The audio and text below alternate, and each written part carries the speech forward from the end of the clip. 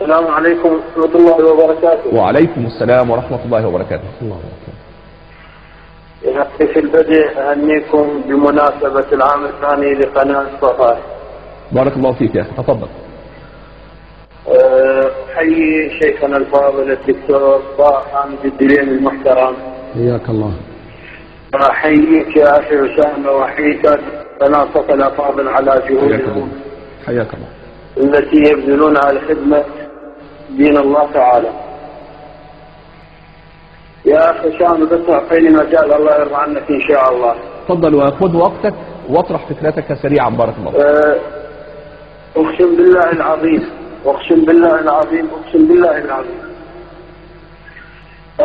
أني كنت شيعيا أنا وعائلتي التي تملك فيه شخص، وقد من الله تعالى علينا بأن نكون من أهل السنة والجماعة، والفضل في ذلك لله تعالى. ثم شيخنا الفاضل الدكتور طه الدليمي الذي علمنا الدين الحق وجعلنا نتحول من دين التشيع المصنع في الأرض إلى الدين الحق المنزل من الله تعالى، وبسبب اتباعنا لهذا القرآن العظيم. ونحن بفضل الله تعالى أصبحنا من دعاة أهل السنة، لأننا شعرنا أنه واجب علينا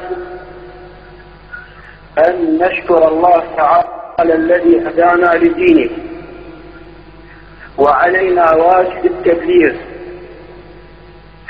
وبدأنا ندعو إخواننا من الشيعة إلى ما من الله تعالى به علينا.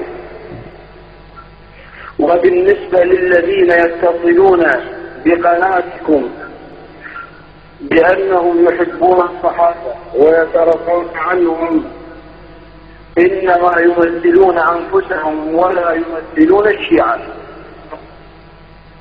الشيعة يقومون على حب الصحابة وزوجات رسول الله وبغض أهل السنة، لأننا نحن الشيعة ونعرف الشيعة حتى المعرفة.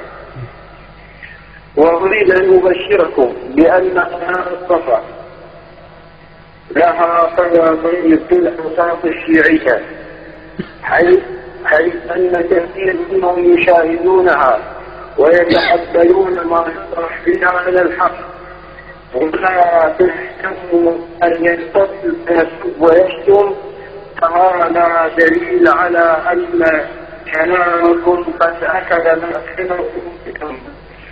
ونداءنا إلى جميع أهل السنة حكاما ومحكومين، وسائل الإعلام، علماء، مشايخ، وطلاب علم، إن نجوم الحق ألا فإنكم مسؤولون أمام الله تعالى، فإن الذين يستغلون من الشيعة ويدخلون جهنم سيوقفونكم أمام الله تعالى ويسألونكم لماذا لم توصلوا إلينا الحق وقد دخل الله تعالى عليكم العهد. بارك الله فيك. وعليكم السلام ورحمة الله. بارك الله فيك يا أبا بكر، وندعو الله أن يثبتك وأهلك.